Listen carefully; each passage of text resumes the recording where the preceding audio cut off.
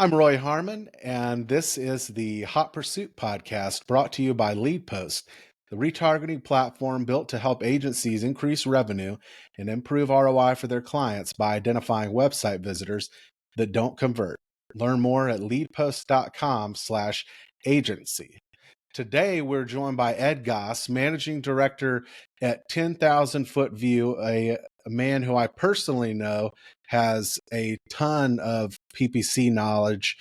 When I first got started out in Google ads and Facebook ads, all the way back then, he was out there in the community giving great advice. And today, he is going to talk to us about how to implement value-based bidding um, to inform Google's AI so that it is able to get you better leads than it is able to do on its own. And I think we all know that sometimes Google can have some trouble when left to its own devices. Thanks for being with us, Ed. Thank you. Thank you. Good to be here.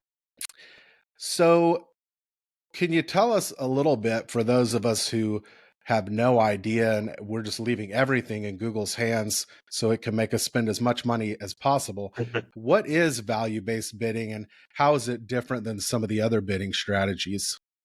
Yeah, so value-based bidding, first off, has been around for many years, and it's used extensively by e-com. So any online stores, they should be, if they're not, using value-based bidding, and that would be typically in the form of either maximize conversion value, which you may have heard of, or using maximize conversion value in sync with a target ROAS, and that just means effectively you're saying, I want to achieve a certain return or a certain revenue for my cost investment, right? So a 200% ROAS would be effectively for every dollar you spent, you want to get $2 back. So this has, again, been around for quite a few years, but what's been happening kind of over the last couple of years is that lead generation businesses have started to implement value-based bidding to improve lead quality, right? So instead of looking at things quantitatively, we're looking at things qualitatively. And we'll get into kind of some different techniques and tactics for implementing that. But the idea is to move away from just like counting leads and treating all leads as if they have the same value, and informing Google by identifying the value for each lead that comes in. So what is the foundation just to be able to even get started with something like that? Yeah, so I mean, with any business, you really need to first understand your numbers. If you don't understand your numbers, you're already kind of in trouble. Um, but it really comes down to identifying the different conversion types that you have, and then figuring out what the relative values for each one of those are. So the easy example is if you have a lead gen form and you take inbound phone calls. If you basically go through your numbers over 3 months and you realize, oh, like the phone calls, we're closing deals twice as often as we are on the lead gen forms that we get. Well, then putting a value of $2 on phone calls and $1 on lead forms will effectively inform Google that phone calls are worth twice as much to you. And then Google will use that data to optimize your bidding automatically. And how granular can you get with it when you're determining the sorts of interactions that are most valuable? Yeah, so you can go right down, like if you want something really granular, you can actually upload offline conversions for each deal that you close. So you could essentially have like a default value on each lead that you get. But then as a follow-up, once you close a deal that's maybe, let's say, worth like $4,000, then you can actually upload that exact value back into Google Ads as an additional conversion. That's kind of, in a dream world where you want to be. Realistically, because lead times can be more than 90 days and Google can only track 90 days, often you just kind of do things like qualifying your lead, right? So you get a lead in. Is it a garbage lead? It's worth 0. Is it a qualified lead? It's worth 100. And then maybe as the stages of the deal go through, you can pass more lead value down. Uh, you can also automate that using a CRM, like a Salesforce, where you can basically plug those offline conversions back into Google automatically.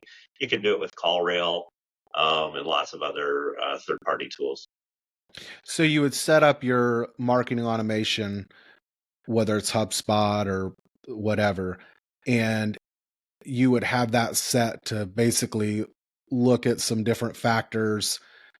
Maybe you have it, maybe you score the lead or whatever, Hmm. and then you can automatically funnel that back into Google Ads.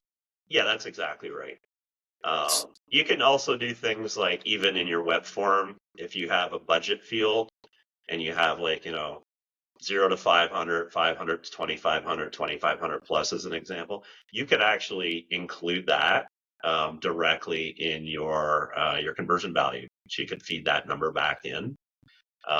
So that's a way again to kind of automate on the front end, and you kind of take the work out of having to deal with that on the back end. That's just one example, but again, there's kind of no one size fits all, and that's where agencies really need to be attuned to their client's business and sit down and have a conversation about like what's important to you, and how do you rank your different leads as you're getting them, and how do we use that information to feed back into Google. So what about the is there an easy way to understand for people who are not machine learning experts? Is there an easy way to understand what Google's AI is doing as kind of on their end? So I think that's everybody you're talking about, because I don't think anybody understands, even if Google understands what's going on under the hood. Um, but essentially, what Google is doing is they're using, they talk about their thousands of data points. So effectively, like, what is it about users and search queries, or which ones are leading to the higher value conversions? And once it understands that, then it can adjust the bids to tune into those things, right? So it could be high net worth individuals. It could be individuals in certain geographies, like maybe in larger city centers, or if you're selling IT services, there may be an IT hub in Dallas, for example. So Google can kind of figure all of that out on its own. You don't have to inform it anymore. And this will all be data driven, right? So again, it comes down to the volume of data that you're sending in. So definitely a solution like this is not going to be effective if you are closing 2 deals a month. Hmm. That's the only value data you're passing back. You do need to have substantial volumes of conversion data. And that's also part of the thought process when setting this up, is like sometimes you have to use micro conversions, right? If you're a business that you're a Fortune 500 and you sign 2 clients a month, well, you need to kind of get in front of that and think about, well, what are the early stage things that we can track and put values on? Because otherwise, you're just not giving enough data to Google for it to really do anything with it. But again, it really just comes down to those data points and Google getting a volume of data, and then it can start to identify what those things are that are driving more value. Is there a minimum, uh, any sort of benchmark guideline number that you give people as far as the amount of conversions they need to have for it to be effective? Yeah, I mean, we kind of work with 25 conversions per campaign. Now you can kind of use those in combination, and it gets a bit tricky because you can say, well, hey, we got 40 leads this month, right? So that's a bunch of conversions, and we put a value of like $10 a lead on those, but then we only closed 4 deals. So is 4 deals enough to actually provide or make any difference for Google? The answer is probably yes. But that's where it gets a bit tricky, right? Because there's a big difference between, 1 deal at $10,000 or 10 deals at $1,000. It provides a lot more data for Google to work off of. And the truth is that, you don't know until you test this, as with anything. And one of the things we've seen, and we've heard other agencies kind of complain about this, is okay, you go through all these steps to set this up and you run it for a couple of months and your conversions actually go down. Or you're doing apples to oranges because prior to this exercise you didn't track any revenue, and now you're tracking revenue. But okay, so, well, what do I compare to? And this is where it's important to involve the client and look at things like, what are your closing rates? Or what are the potential value of the leads that you're getting? That goes back to, like I talked about, having a budget Hmm. in the form where you can just very easily go through and say, we're getting 100 leads a month. We're still getting about 100, but has the average budget increased Right. for each potential deal that we have? Or just like how many like fake leads did we get last month versus real leads compared to what things were like before? Because Google can actually help, like this can actually help you get rid of fake leads. So, the way to do that would just be to determine the fake leads and kind of feed them back in and say $0 for Zero these. value. Yeah. And then put values on the real leads. You can even delete conversions um, using the offline upload tool. I don't think it's necessary. I mean, I would just kind of leave the leads in there. Once you have values in there, just put them in at 0, and it's going to be Mhm. very clear that these are your null or your useless leads or your fake leads. Yeah. Okay. Yeah. Yeah, not all of them are fake that are 0 either, right? They could just be like not qualified for Hmm. whatever reason, like don't have enough budget, or they're not in a geographical area, you can't provide services, or there's just other, you know, as anybody that's worked in agency land, there's a lot of ways that we vet clients and determine unqualified, right? And it can just be like they're just in that niche market that you don't like working with for whatever reason. Yeah, I think that it seems like a really even more powerful than it might sound like initially, because the data you can feed back in is basically limitless. It sounds like if you have the data and you have an internal assessment of even just a relative value, Mm-hmm. then you could feed that back in and say, like if you're pulling in the information and you know that they're in a certain demographic or they work in a certain industry, you can kind of back into promoting some certain kinds of leads without really. I guess it sounds like it almost kind of gives you a way to kind of, I guess you're fine tuning Google's algorithm. Yeah, that's exactly what you're doing. And in fact, Fred Valleys, who you probably know Hmm. from Optimize, he wrote a whole book about this a couple of years ago. So, if you really want to kind of understand where this is all going, I mean, he's gone into the nth level of detail. Um, but, if you're an individual advertiser and you just kind of want to figure out what's best for you, I mean, just kind of sit with your agency and go through like, what's your sales funnel look like now? What kind of leads are you getting? Are you using more than one conversion type? Like, do you have, those leads coming in from contact forms versus coming in from lead forms versus phone calls? Uh, are you able to realistically actually score leads? Right. So we have clients that they flat out just say like, we just don't have the wherewithal in house to have our salespeople actually qualify leads. Hmm. Right. We can't have like call rail up on our computer screen and be going through as we get phone calls in and qualify them. And say, well, you're really doing yourself a disservice. But at the end of the day, I mean, your clients are going to do what they're going to do.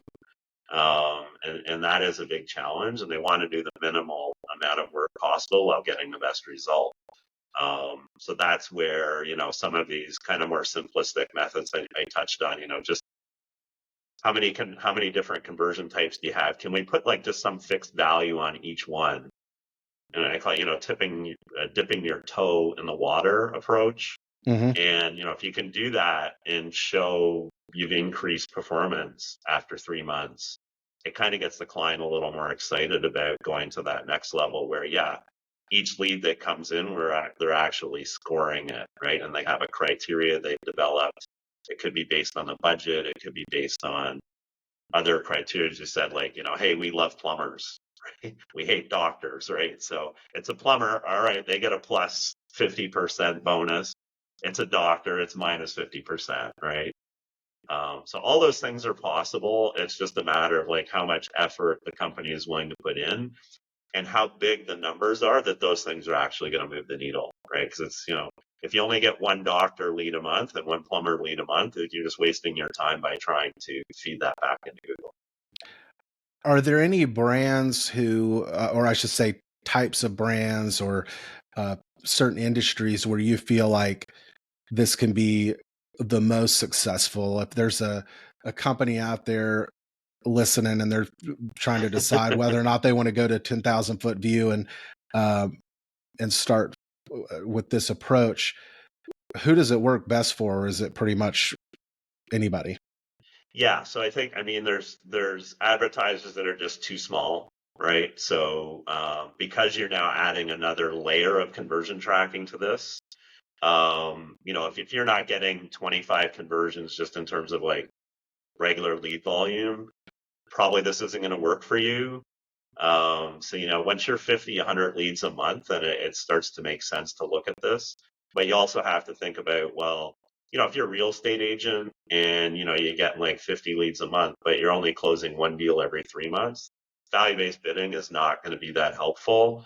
Probably. I mean, you could at least qualify or disqualify each lead that comes in, and that's going to be helpful. But trying to put in like, oh, these are closed deals, so this is the ideal client for me, Google's just not going to really, improve based on that. Mm-hmm. So for the most part, it works for, any advertiser that's getting, kind of 25 plus conversions a month. But certainly more is better.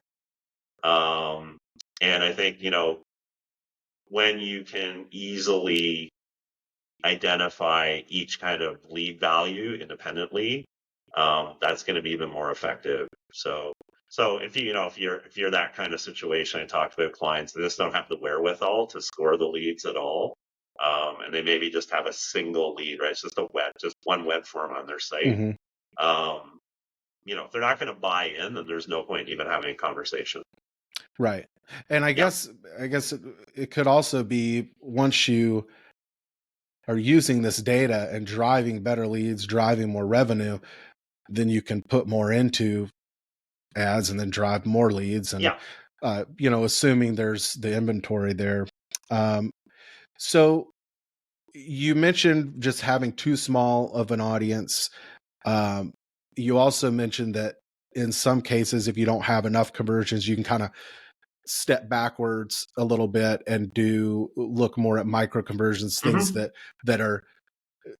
that you prefer. Because I think I think most companies, they have some things that they've seen, hopefully not just intuitively, but have actually measured, and they can do that. Are there any other challenges that brands face when they're doing value-based bidding? And what are some ways to overcome those challenges? Yeah, I mean, one of the things we've experienced, this is the other end of the spectrum. So that I'd say the biggest thing is just getting buy-in from clients, and this is where it tends to be an ongoing dialogue. But we've seen at the other end of the spectrum where clients get really excited about value-based bidding and they want to like start using value rules like before they've collected any data. So part of this is reining in clients. But I'd say, and then the other problem is just like getting bad numbers, right? So clients don't really think through what the numbers should be on different things. And so they're like, overstating certain numbers, understating others. And then the last challenge I'd say is just getting your clients to understand that this is relative value and that the numbers don't actually have to be accurate overall, just relatively speaking, one conversion versus another need to be in line, if that makes sense. Right. And when it comes to getting buy-in, I think from what you've said before, it sounds like one of the main issues is, at least maybe I should say maintaining buy-in, is finding a way to measure success, finding a way Mm-hmm. to say, okay, this is how we're doing. And I think the biggest issue, seems to me, would be people who are just not looking at the right values. They're saying, well, we've got this many conversions now, we had this many then. It's like, Mm-hmm. well, yeah, but what's your actual revenue? Did you drive a lot more revenue Yeah. because now you're driving better leads, and that's just the way it is? What metrics would you say are the primary focus when you're Yeah. using a strategy like this? Yeah. So the big one, once you kind of switch over, is looking at your revenue and kind of getting away from lead quantity. So once you have the value-based tracking at the end of the month, you might have 20 leads, and it's like, okay, well, we track 12,000 in revenue. Um, then the next month you may have fewer leads, but there's more revenue being tracked. So that's where implicitly, if you're using numbers that are meaningful in your value-based tracking, that number will tell you, at least theoretically, if you're driving more value each month. Now, the truth is, it's a guesstimate, right?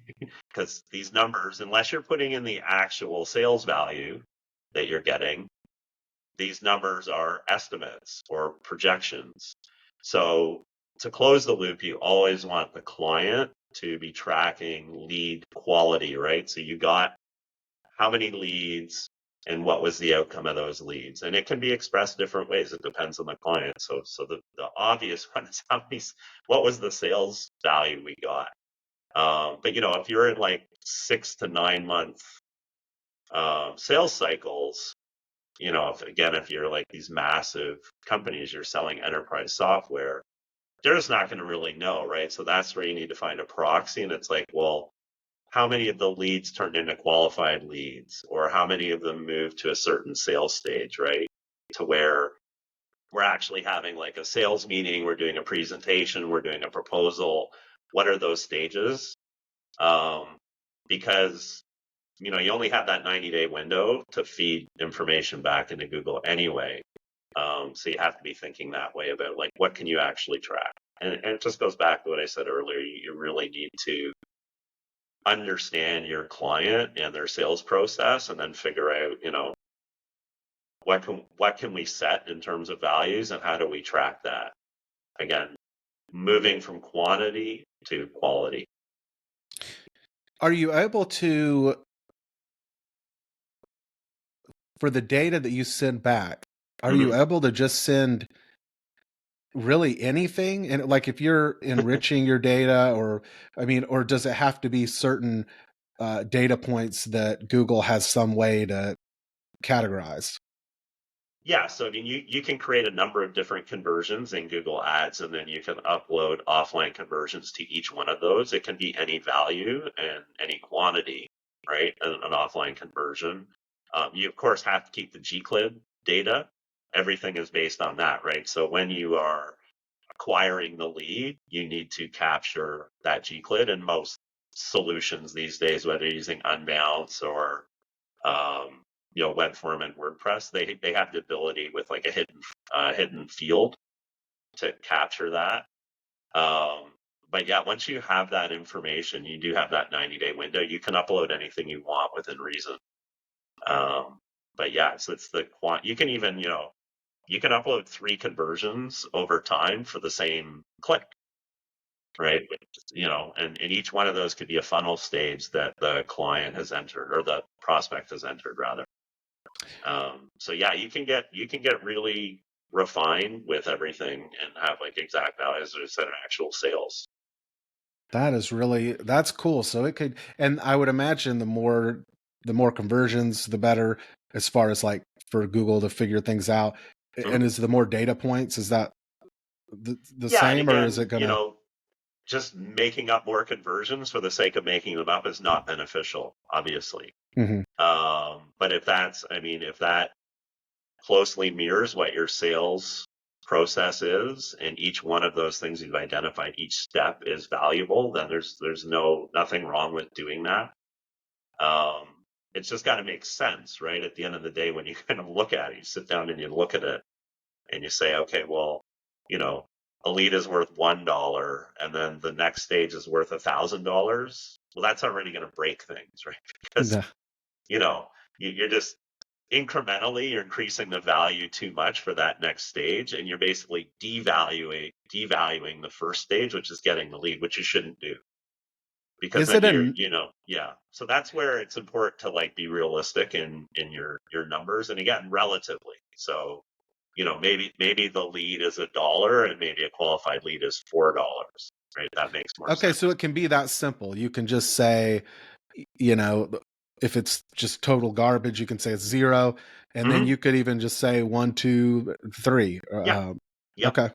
Yeah, and it's again just relative. So if each stage you think, increases the value by whatever 20%, 25%, then just add that incremental value. That's awesome. Yeah.